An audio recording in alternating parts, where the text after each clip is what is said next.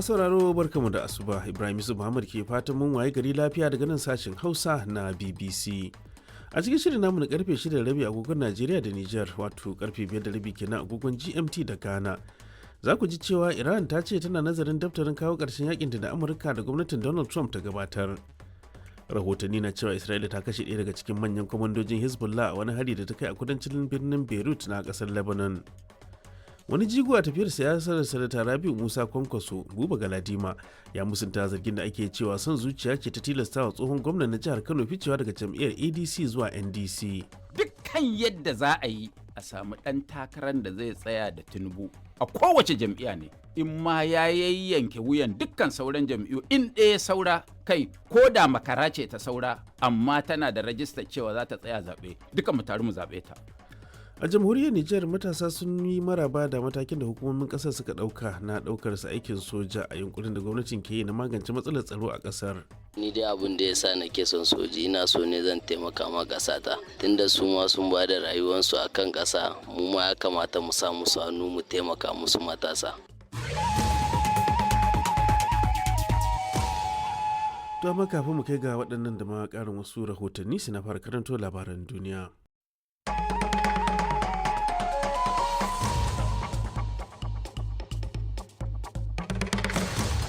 Masu sauraro barkamu da hantsi, Ibrahim Yusuf Muhammad ke muku barka da kasancewa tare da mu a nan sashen Hausa na BBC. To a cikin shirin namu na yanzu za ku ji cewa Iran ta ce tana nazarin daftarin kawo ƙarshen yakin ta da Amurka da gwamnatin Donald Trump ta gabatar. A yau Alhamis za a gudanar da addu'o'i na musamman a faɗin Australia don tunawa da wata yarinya mai shekara 5 da aka kashe a watan jiya. Wata kotu a Italiya ta tabbatar da hukuncin ɗaurin shekara 20 da aka yanke wani tsohon jami'in sojin ruwan Italiya bisa laifin yi wa Rasha leƙen asiri. A Najeriya masana tattalin arziki na cigaba da tsokaci kan tashin farashin man fetur da ake cigaba da samu sakamakon yakin Iran wanda ke cigaba da shafar rayuwar jama'a ta kowace fuska. Yawancin shugabannin ba suna shugabanci ba ne saboda jama'a. So saboda haka duk wani abu wanda bai shafe su ba za su ba shi muhimmanci ba don su sauƙaƙa ma mutane rayuwa.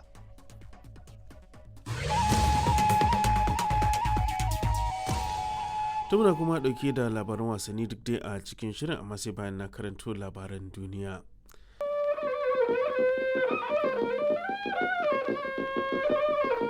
Sashen Hausa na BBC ke magana akan mita 13 da 16 da kuma a tashoshin FM a wasu kasashen Afirka. Masu saurare Rabi'a Turinka ce ke maku sallama a cikin shirinmu na karfe 3 daidai agogon Najeriya da Nijar, wato 2 daidai agogon GMT da Ghana. To a cikin shirin za ku ji cewa 'yan sanda a Australia sun ce sun kama wasu mata 3 masu alaka da kungiyoyi masu ikirarin jihadi. Ana sa ran cewa yau Iran za ta mayar da martani kan daftarin yarjejeniyar kawo ƙarshen yaƙi da Amurka ta gabatar mata. A Najeriya hukumomi a jihar Zamfara sun tabbatar da tashin wata nakiya wadda ta tarwatsa wata motar fasinja da safiyar yau. Likitoci zuwa yanzu sun tabbatar mana mutum 6 ba su da rai, 6 kuma sun samu raunuka, kuma an fara ba su magunguna a asibiti. A jamhuriyar Nijar wata kotu da ke birnin Yamai ta ba da belin wani fitaccen ɗan jarida bayan kwashe watanni gidan yari. Ɗan jarida ba gidan kasa bane wurin zama ɗan jarida. Ɗan jarida mutum ne wanda ke aiki saboda ya bada labari ga al'umma, wato kam ɗan jarida a tsare shi babbar asara ce ga ƙasa da kuma al'umma da yake wa aiki, domin shi ba hawa yake wa aiki ba, al'umma ce yake wa aiki.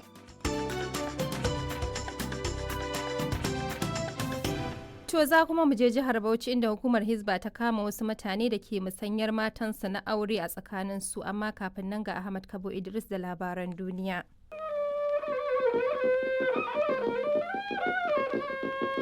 Sashen Hausa na BBC ke magana akan mita 19 da 25 da kuma a tashoshin FM a wasu kasashen Afirka. Masu saurare Assalamu alaikum, Rabi'a Turinka ce ke fatan kun wuni lahiya a cikin shirinmu na karfe 8:30 agogon Najeriya da Nijar, wato 7:30 kenan agogon GMT da Ghana.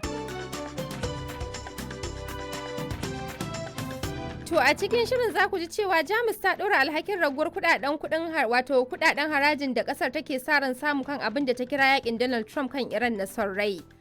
Ƙungiyar kamfanonin jiragen ruwa ta Majalisar Ɗinkin Duniya ta ce akwai akalla jiragen ruwa 20,000 da suka makale saboda rufe mashigar Hormuz da Iran ta yi. Rundunar 'yan sandan jihar Katsina a Najeriya ta ce ta ceto mutum 27 da aka yi garkuwa da su tare da kama mutum sama da 300. Wannan mutane 344 da aka kama a cikin watan Afrilu ne da ya gabata. Biyu bayan tsaurara matakai da rundunar 'yan sandan ta yi. A Najeriya hukumomin kiwon lafiya na jihar Sokoto sun sanar da mutuwar yara 33 sanadiyar barkewar cutar sankarau a wasu sassa na jihar. Halin yanzu mu ana a sabon birnin daukar gaman da kuma garin Kurawa inda wannan abu ya faru yau dai 7 ga wata. Iya mutum 4 dai an nan cikin kaf ɗin waɗanda aka ba magani.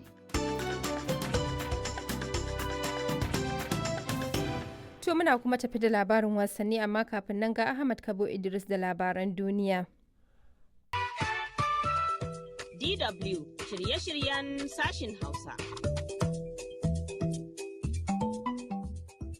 To jama'a masu sauraro Assalamu alaikum wa rahmatullahi wa barakatuhu, barkamu da safiya tare da fatan an waye gari lafiya. Binta Aliyu Zuma ke farin cikin kasancewa da ku a shirinmu na wannan safiyar zangon farko na shirye-shiryen da muke gabatar muku daga nan sashen Hausa na DW da ke birnin Bonn a tarayyar Jamus. A cikin shirin za a ji shugaban Amurka Donald Trump ya ce akwai yakinin za a cimma matsaya a wata sabuwar yarjejeniya da Iran. A Najeriya ana ganin mataki da yunkurin da gwamnoni ke yi na son zama 'yan majalisar tarayya na sanya wasu jam'iyyun tsayar da 'yan takara babu hamayya. Hukumomi a jamhuriyar Nijar sun kuduri aniyar kawo sauye-sauye ga tsarin gine-gine musamman ma na hanyoyi da ke ba da damar zirga-zirga na al'umma tare da sauƙaƙa harkokin kasuwanci. Waɗannan da ma ƙarin wasu rahotannin na nan tafi a cikin shirin, amma da farko ga labaran duniya.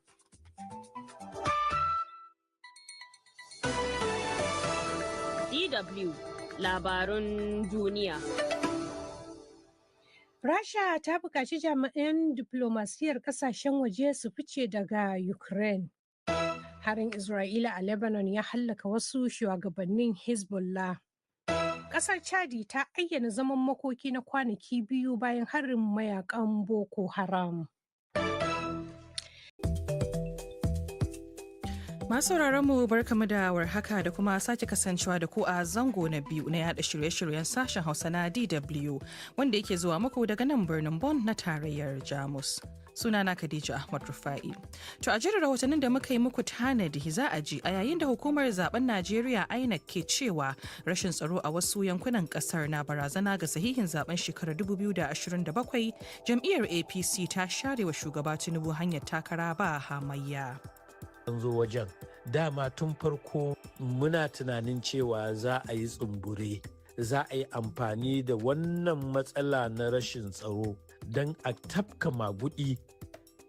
Gamayyar jam'iyyun siyasa da ke mulki a jamhuriyar demokradiyyar Congo sun kaddamar da shirin kwaskware kundin tsarin mulkin kasar. A jamhuriyar Nijar kuma yawaitar mata a harkar maye ya fara daukar hankalin hukumomi.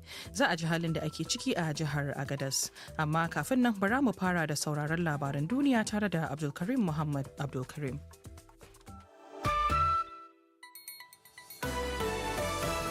DW labarun duniya. 'Yan sandan Birtaniya sun kama mutum na 3 da ake zargi da kai hari wajen ibadar Yahudawa a London. China ta yanke wa tsofaffin ministocin tsaron ƙasar 2 hukuncin kisa. Sojojin Najeriya sun kubutar da ragowar ɗaliban da aka sace a gidan marayu na jihar Kogi. DW shirye-shiryen sashin Hausa. Masu mu barkamu da warhaka da kuma sake kasancewa da ku a wani zangon na uku kuma na ƙarshe na yada shirye-shiryen sashen Hausa na DW wanda yake zuwa muku daga nan birnin Bonn na tarayyar Jamus. Sunana Khadija Ahmad Rufa'i. To a jirin rahotannin za a ji Tehran ta nuna buƙatar tattaunawa ta diflomasiyya yayin da ake nazari kan daftarin shawarwarin zaman lafiya da Amurkar ta gabatar na kawo ƙarshen yaƙi. Gwamnan jihar Adamawa a Najeriya wato Ahmadu Umaru Fintiri ya koma Mubi don sa kafar wando guda da ɓata gari. Muna tafi da ƙarin bayani. Za mu je jamhuriyar Nijar don jin ganawar babban mai shigar da ƙara na gwamnati da jami'an tsaro. Amma kafin nan bara mu fara da sauraron halin da duniyar ta wuni tare da Abdulkarim Muhammad Abdulkarim.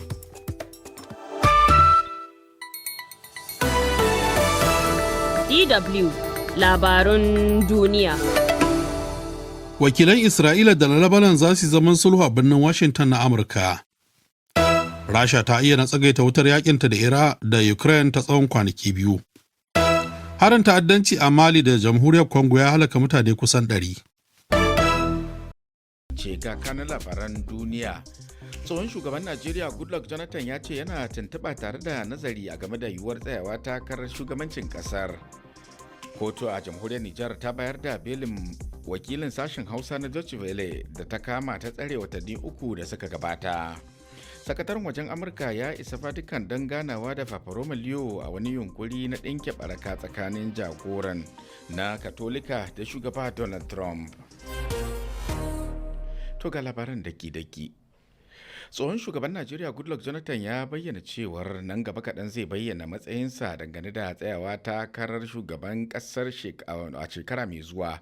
Jonathan ya bayyana haka ne a lokacin da ya karbi tawagar magoya bayansa a Abuja da suka nemi shigarsa takarar zaben. Ismail Karatu Abdullahi na ɗauke da rahoto a kai.